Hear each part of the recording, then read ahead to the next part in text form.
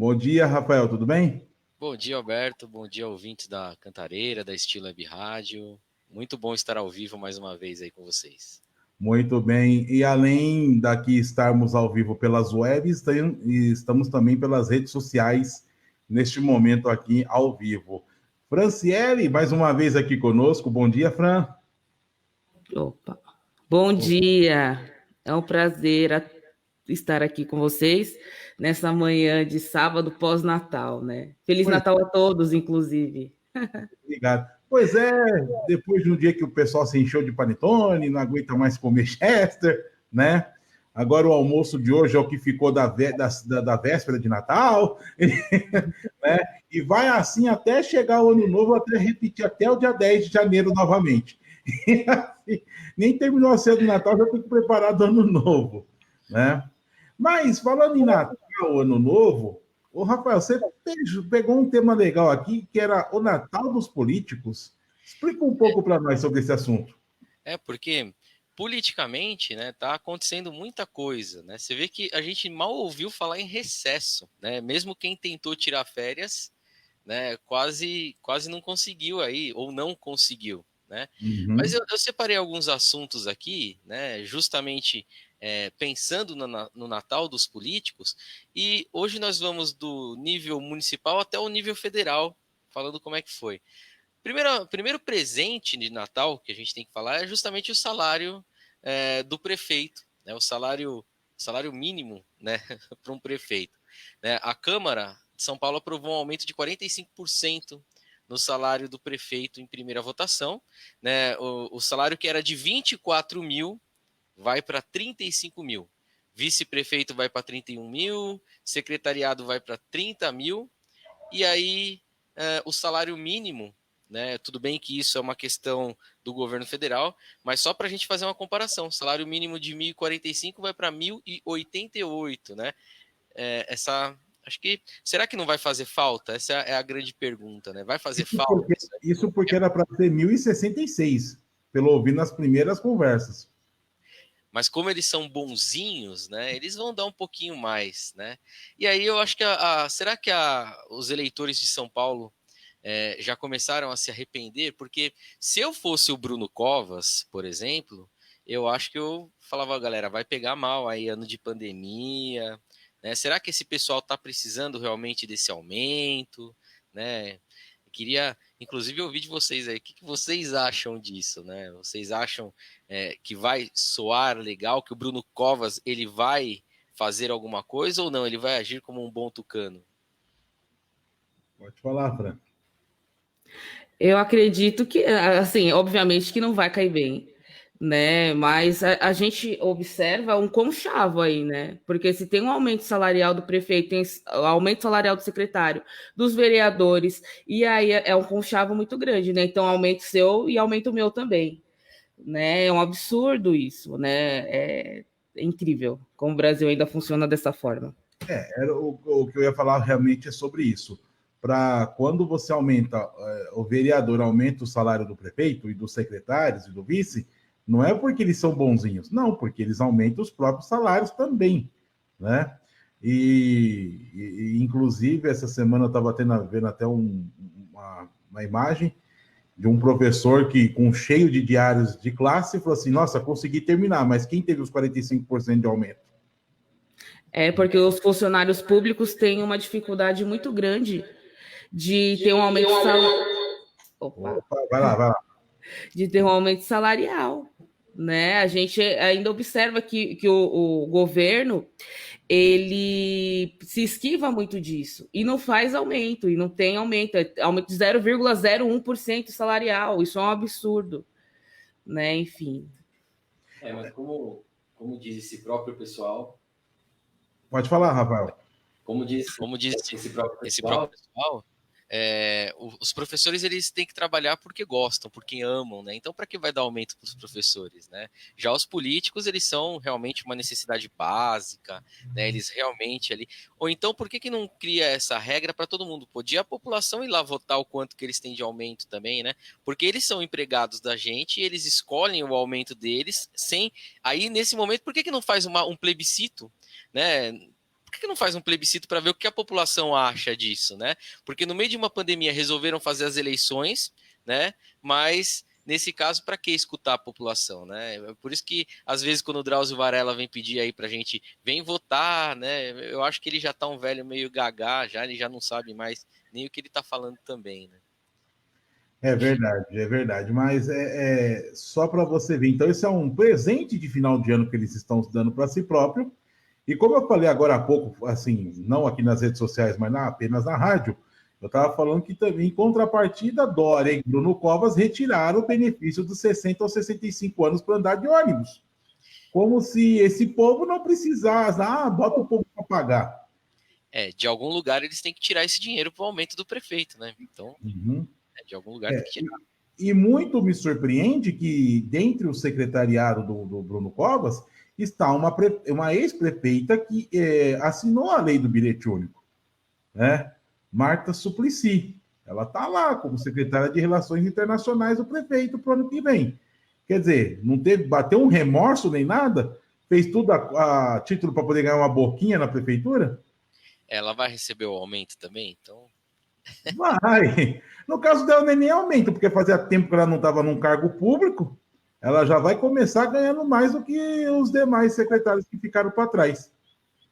Dose, gente, é dose. Bom, e além disso, né, além do prefeito, né, por falar em prefeito agora, eu acho que o Rio de Janeiro ganhou um presente, né, que foi a prisão do Crivella. Aí, pelo menos uma vitória ali do Rio de Janeiro, né, e uma vitória uma derrota a nível federal, né, porque era o cara apoiado pelo Bolsonaro, o grande amigo do Bolsonaro no Rio de Janeiro, né, envolvido em esquema de corrupção, né, não foi reeleito, quase passou o Natal preso, mas para esses caras a justiça funciona rapidamente, e agora ele está em prisão domiciliar, né? E assim como o Lula, né, o Bolsonaro nunca sabe de nada, né? Então ele nunca está envolvido. Então o cara ele fede enxofre, ele é vermelho, tem rabo, chifre, mas ninguém pode falar que ele é o capeta, né? Então, ele nunca precisa explicar nada, né? E, inclusive, nas últimas eleições, apareceu ali abraçadinho com o Crivella, né? Mas agora, quero ver se ele vai ter tempo, né? Assim como eles nunca explicam nada, né? Os filhos não explicam, a esposa não explica, né? Acho que eles vão tirar um recesso ali, né? Deixa a gente vamos conversar isso ano que vem só, né? Feliz Natal aí, galera. É mais ou menos por aí, né? Então, mas enquanto há recesso, não pode ficar saindo por aí afora para Miami ou coisa parecida. Que é, inclusive, o nosso próximo tema, né? O João Dória, que, inclusive, foi visto, né, sem máscara lá em Miami, né? Fecha São Paulo, né? E vai para Miami. E aí ele deu o azar do vice dele pegar Covid-19, né? E aí ele resolveu voltar, né? Fez um pedido de desculpa lá, meio esdrúxulo. Volta o cão arrependido. Volta o cão arrependido, muito bom, né? E tentou se explicar, né? Mas a minha grande pergunta sobre esse fim de ano do Bolsonaro, né? Do Dória, é que ele jogou uma bomba e foi para Miami, né? Que foi o seguinte: ele disse que mesmo se São Paulo no ano que vem estiver no vermelho e com altos índices de contaminação por Covid-19, as aulas voltam. Mas aí eu não vou nem fazer um questionamento técnico. A minha pergunta é: se no vermelho em março ele fechou as escolas, qual é a justificativa para agora ele abrir as escolas no mesmo vermelho? Ou ele estava errado antes e está certo agora, ou ele está errado agora e estava certo antes. Então ele vai ter que escolher, né? É um dilema. Ele vai ter que escolher. Ou ele toma uma medida igual, ou ele vai ter que assumir uma culpa em algum momento, né? Que é uma coisa muito complicada dessas férias em Miami dele aí também. Porque tanto assim que se tiver a vacina disponível, que está outro imbróglio, né? O professor não vai tomar vacina de imediato. Né? O professor não vai tomar.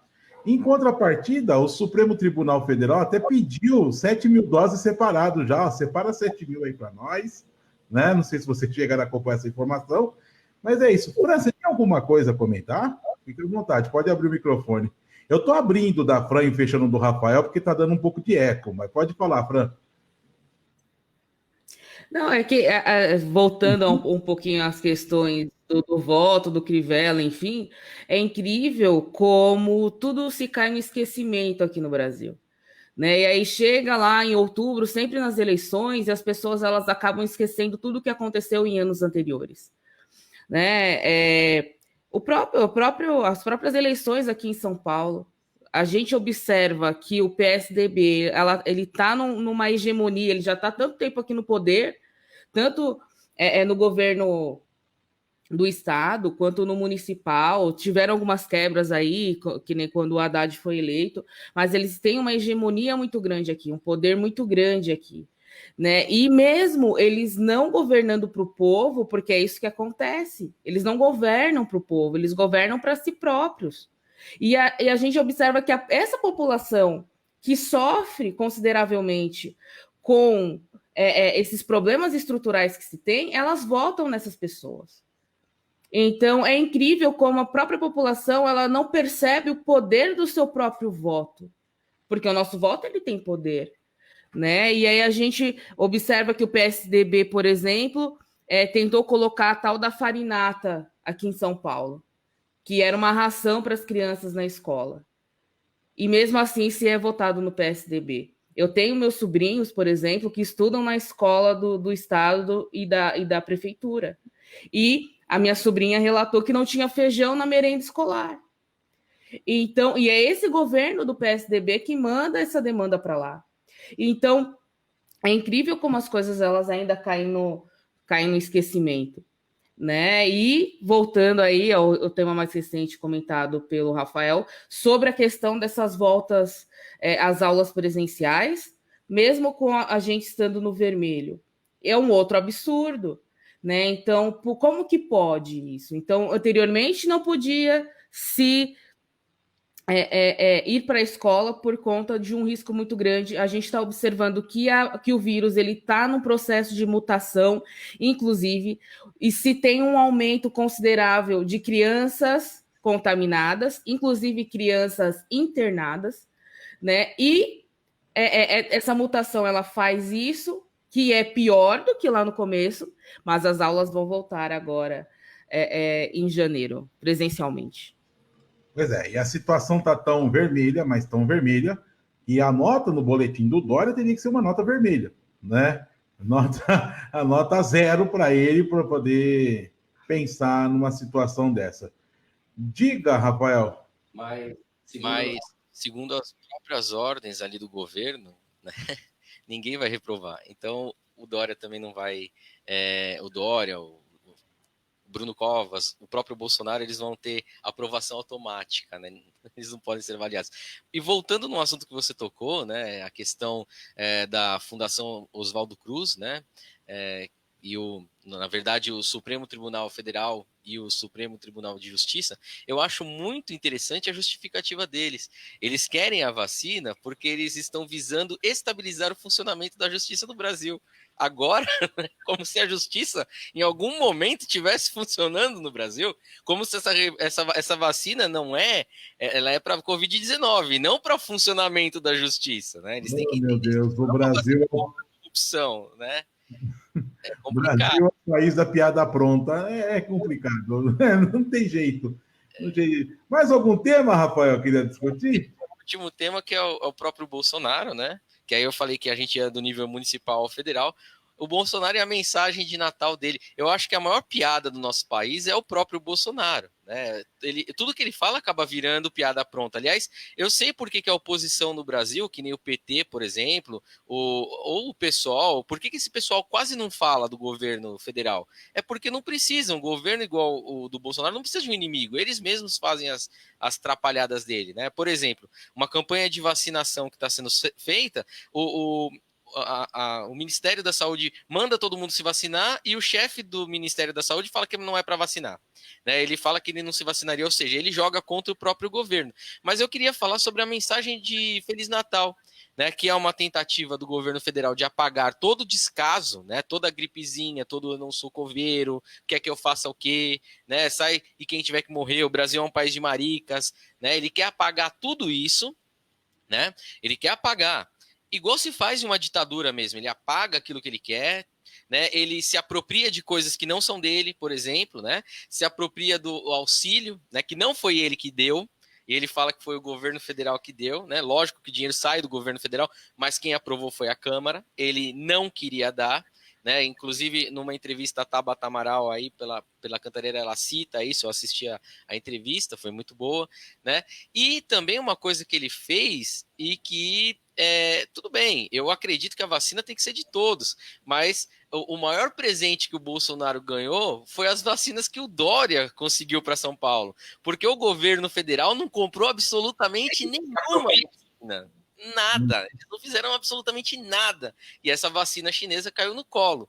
E eles criticaram tanto a vacina chinesa, e agora essa é a nossa única opção, e o governo federal vai se apropriar dela, né? Vai se apropriar e vai vacinar com a vacina, provavelmente a vacina chinesa, né? Então é uma piada. E a Michelle, que não consegue explicar os 89 mil, né? Ali em rede nacional fazendo libras. Parece que ela tá brincando, né? É mais ou menos por aí. Fala, Fran. Eu sei que você quer falar. Cadê? Abrir. Não, a impressão que eu tenho é que o governo ele joga contra o próprio país, né? Obviamente que toda vacina ela tem um risco. Se você tomou a vacina da febre amarela, você correu um risco. Se você tomou a vacina contra o sarampo, você correu um risco, e isso é normal. Toda vacina ela tem isso. E aí eles pegam esses dados e simplesmente colocam pânico nas pessoas. Porque é isso que está acontecendo. Desculpa. Conversando com algumas pessoas, a gente observa que elas têm muito medo por conta disso. Mas elas já tomaram várias vacinas, né? E a gente observa que elas colocam a própria vida em risco em função disso, né? De não querer tomar a vacina porque elas vão correr algum tipo de risco. E também, como o Rafael citou sobre o governo que era contra a tal da vacina chinesa, quando se teve lá, quando eles pararam os testes, eles comemoraram, né, por conta de alguns problemas que tiveram com a vacina da Coronavac. Então, é um problema muito difícil, né? E a gente tem que observar também que é muito importante a credibilidade que o próprio governo dá à vacina, né? Então, a partir do momento que o próprio presidente fala que ele não vai se imunizar com X vacina, ele está jogando contra também. E aí a população, ela não vai. Já saiu o índice aí que mais de 50% da população falou que não vai se vacinar se a vacina for chinesa. Sendo que o Instituto Butantan, ele é extremamente confiável. O Instituto Butantan é um dos maiores aqui na América Latina, não só aqui no Brasil. Então, cadê a credibilidade que a gente está dando para a nossa própria ciência? Rapaz, olha, às vezes a pessoa não quer tomar a vacina chinesa, mas aí vai lá no Rio de Janeiro e compra no camelô. Vocês viram que estão vendendo uma vacina por 50 conto? Lá no Rio de Janeiro, né? Acho que nem aqui tem a 25 de março, eu acho que lá é no Saara ou coisa parecida. Você encontra a vacina por 50 reais. Meu, saiu essa informação essa semana. Pois é isso que eu queria falar também sobre a vacina. Em primeiro lugar, quem acha que vai tomar a vacina da Pfizer está muito enganado. Se a vacina da Pfizer vier para o Brasil, com certeza vai ser só para a elite que vai tomar. Vai ser só a elite, não vai tomar os demais. Por quê?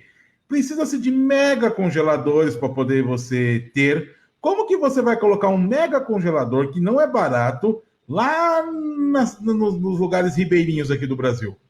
Sendo que aqui a maioria, todas as vacinas que tem aqui em território nacional, você colocando dentro de uma geladeira ou de um freezer convencional já funciona, né? Já tem eficácia. Não tem como. Então, ficou para a gente tomar e tem a eficácia.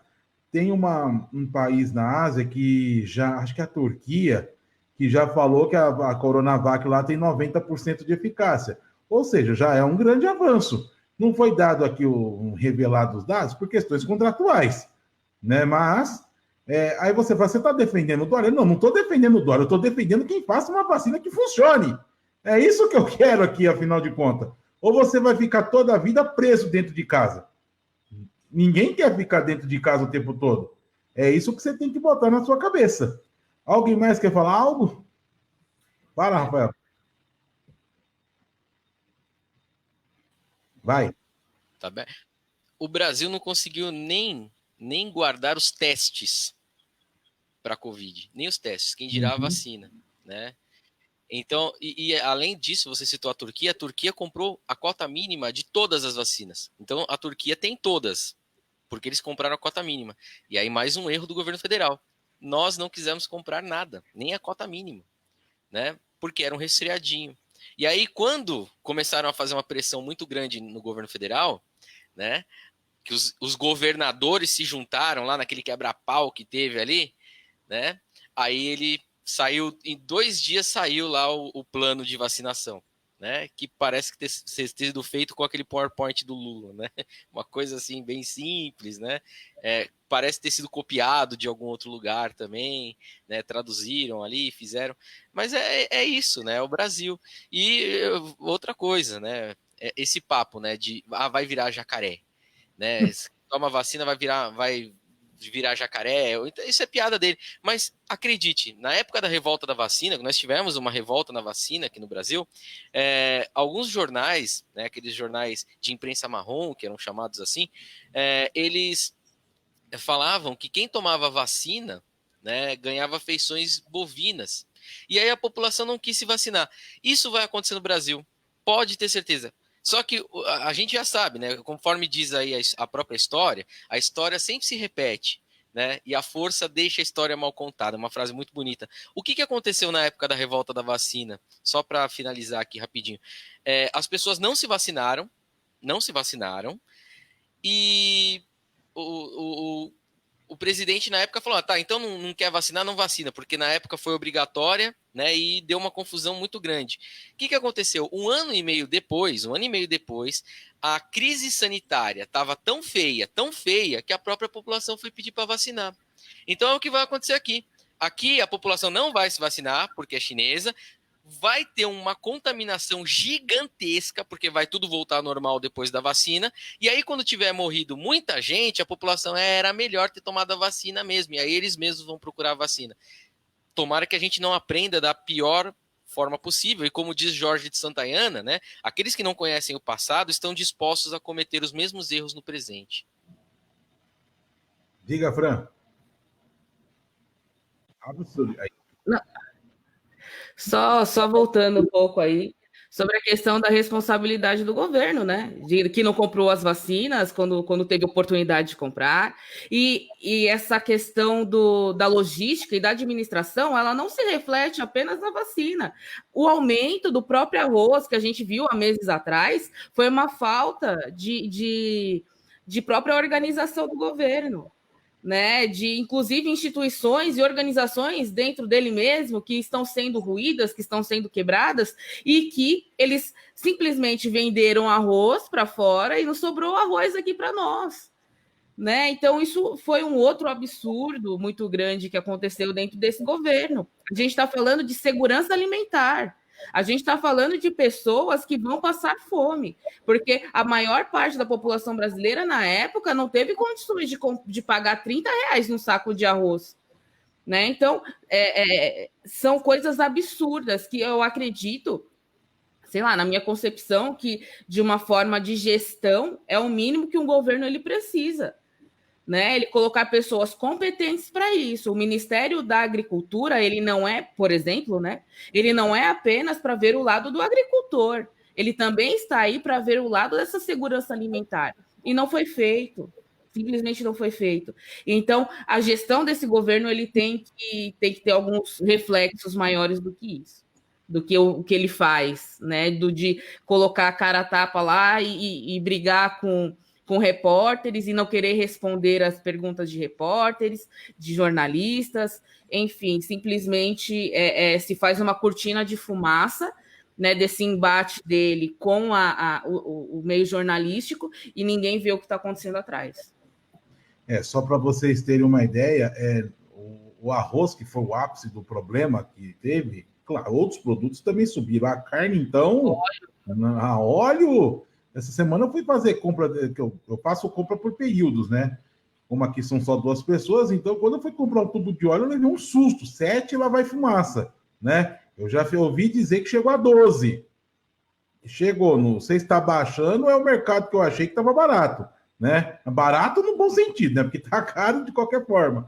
Mas eu tenho uma amiga, a Verônica Machado, que é da ONG Mensageiros da Esperança, ela tinha, em abril, ela escreveu a ONG para um edital de uma empresa que financiou a ONG, né? Que ela ia distribuir marmitas diárias.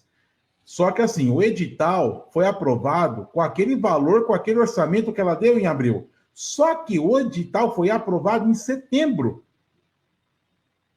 O edital foi aprovado em setembro para ela começar a distribuir em outubro. Ou seja, ela tinha que manter aquela quantidade de marmitas que foi prometida no edital, porque tudo isso é contabilizado.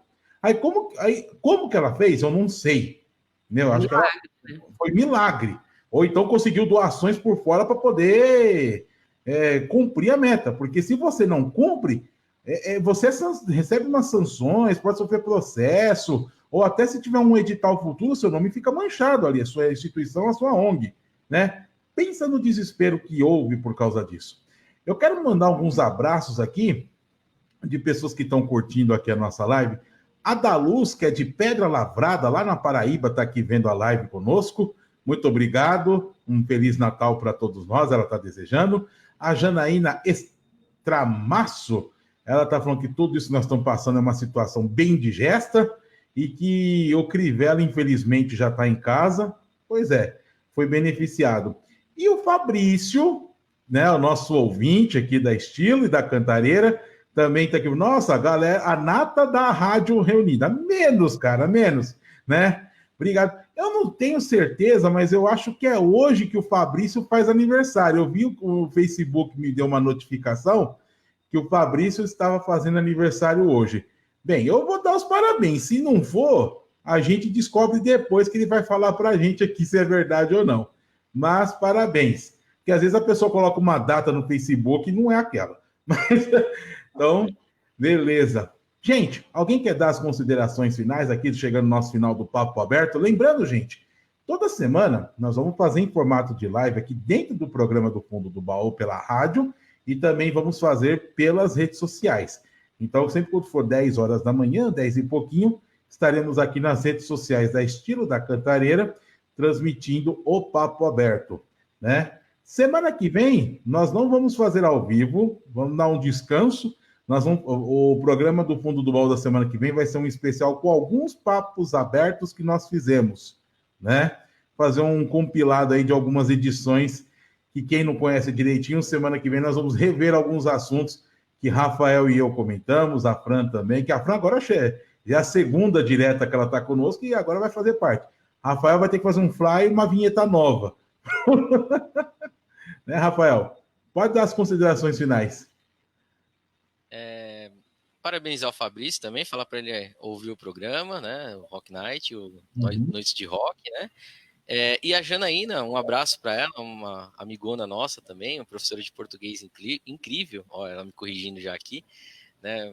Muita saudade dela. E agradecer, né? Falar que esse quadro é muito bacana, né? Gosto muito de ouvir a Franciele falando, né? Eu vejo ela na live e vejo ao vivo aqui do lado. E que é muito bacana, né? Vocês imaginam as discussões homéricas que nós temos aqui em casa, né? Aqui é um papo aberto de 24 horas. E é isso, agradecer a Cantareira, a Estilo, a você, Alberto, por proporcionar esse quadro, e vamos fazer em formato de live, que eu acho que ficou muito bacana, né? Fica bem natural, bem papo aberto mesmo, ou um papo Alberto, né? Como eu costumo dizer. Só falar rapidamente antes da Fran finalizar, o Papo Aberto, na verdade, ele foi um quadro iniciado em 2012, quando eu estava numa outra rádio comunitária com meu amigo Diógenes, foi ele que propôs essa ideia, e era por telefone. E na época, eu estava indo para outro trabalho, dentro do ônibus, pensa se o sinal do telefone hoje em dia já não é aquelas coisas, naquela época era pior ainda, né? Por telefone, no fone de ouvido, eu lá falando, debatendo. Ao mesmo tempo que a gente fazia um papo aberto, eu falava como é que estava o trânsito na região que eu estava. Fazia 2 prestações de serviço ao mesmo tempo. E aí eu retomei o papo aberto, às vezes eu estava retomando aos poucos, aí veio você, Rafael, e agora a Fran fazendo parte aqui conosco, só para poder a gente... E agora em formato de live, né? Que aí fica melhor ainda a situação. Fran, pode falar. Bom, eu desejo, como eu comecei aqui, né, um Feliz Natal a todos, né, mesmo que um dia atrasado. Gostaria também de agradecer aí todo esse papo, porque eu acho que é muito importante para o desenvolvimento nosso pessoal e também mostrar isso para os ouvintes, né, às vezes trazendo algumas reflexões diferenciadas, né, fazendo uma autopropaganda aqui. A gente daqui a pouco tem o Femini Papos, que também traz uma reflexão bem interessante, né? E é muito importante a gente aprender também, às vezes, ver as coisas com o olhar do outro, né? Então, muito obrigada e até a próxima, né? Pois é, e o Papo Aberto, que começou com uma edição de 10, 15 minutos, já estamos chegando a meia hora, né? É sinal que a gente tem muito assunto para colocar em dia. Pessoal, você que está pelo Facebook e pelas redes sociais aqui, nós ficamos por aqui e eu vou continuar a programação agora pela web, estilowebradio.com.br e pela radiocantareira.org e também na FM. Um grande abraço a todos.